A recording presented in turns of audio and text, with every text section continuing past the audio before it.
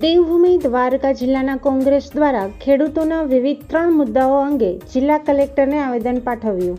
SR company દ્વારા જામ ખંભાળિયાથી Salaya railway લાઇનની કામગીરીમાં ખેડૂતોને પડતી મુશ્કેલી। ગાગા ગામે ટોરેન્ટો કંપની દ્વારા સોલાર પાર્કની ફરતે દિવાલના કારણે ખેડૂતોના ખેતરમાં પાણી ભરાતા હોય। જિલ્લામાં 2024 ઓક્ટોબરમાં કમોસમી પડેલા વરસાદમાં દ્વારકા જિલ્લાનો સમાવેશ નહીં થતા કોંગ્રેસ દ્વારા આવેદન અપાયું। બ્યુરો રિપોર્ટ મુસ્તફા ડી શુમરા દ્વારા।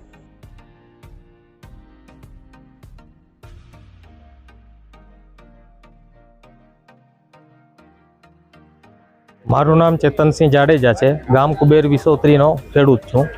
હાલમાં અમારા એક સીમ વિસ્તારની અંદર એસઆર કંપની દ્વારા એક પ્રોજેક્ટનું જે ખંભાળિયાથી સલાયા રેલવે લાઇનના પ્રોજેક્ટનું કામ ચાલી રહ્યું છે।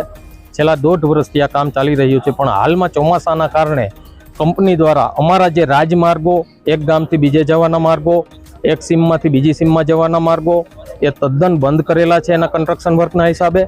અને બીજા નંબરમાં અમારું જે સોડસલા ગામ છે એ ગામનો એક સીમ વિસ્તાર પણ વાડી વિસ્તારમાં છે। એની અંદર સારી એવી વસ્તી છે, ત્યાં પ્રાથમિક શાળા પણ છે। ત્યાંના લોકોને એની વસ્તીથી અવરજવર કરવા માટેનો જે મેન મુખ્ય માર્ગ છે સોડસલાથી માંડાનો, તેની હાલત આ કંપનીના હેવી વ્હીકલો ચલાવવાથી અત્યંત બિસ્માર કરેલો છે અને લોકોને એટલી પારાવાર મુશ્કેલીઓ પડે છે। આ બધી રજૂઆતો અમે કંપનીને કરવા છતાં કંપની અમારી વાતો કોઈ ધ્યાનમાં લેતી નથી અને લોકોને હાલ બહુ જ મુશ્કેલીનો સામનો કરવો પડી રહ્યો છે। દ્વારકા જિલ્લામાં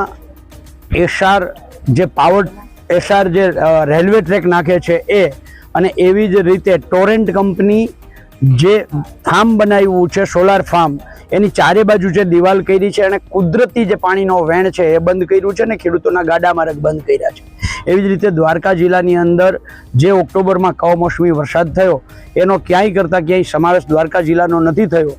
વિગતે જોઈએ તો જે એસઆર દ્વારા રેલવે ટ્રેક નાખવામાં આવે છે એમાં એક ગામથી બીજા ગામને જોડતાઓ રસ્તા એમણે બંધ કરી દીધા છે।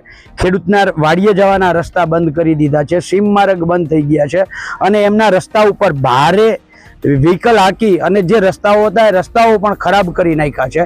સૌથી મોટી વાત એ છે કે જે રેલવે ટ્રેક છે એ જૂનો રેલવે ટ્રેક હતો એ જગ્યા એમને આપવામાં આવી છે, પણ એની જગ્યાએ એ નવો રેલવે ટ્રેક કરે છે, એની સામે ખેડૂતની જમીનનું સંપાદન પણ કરતા નથી।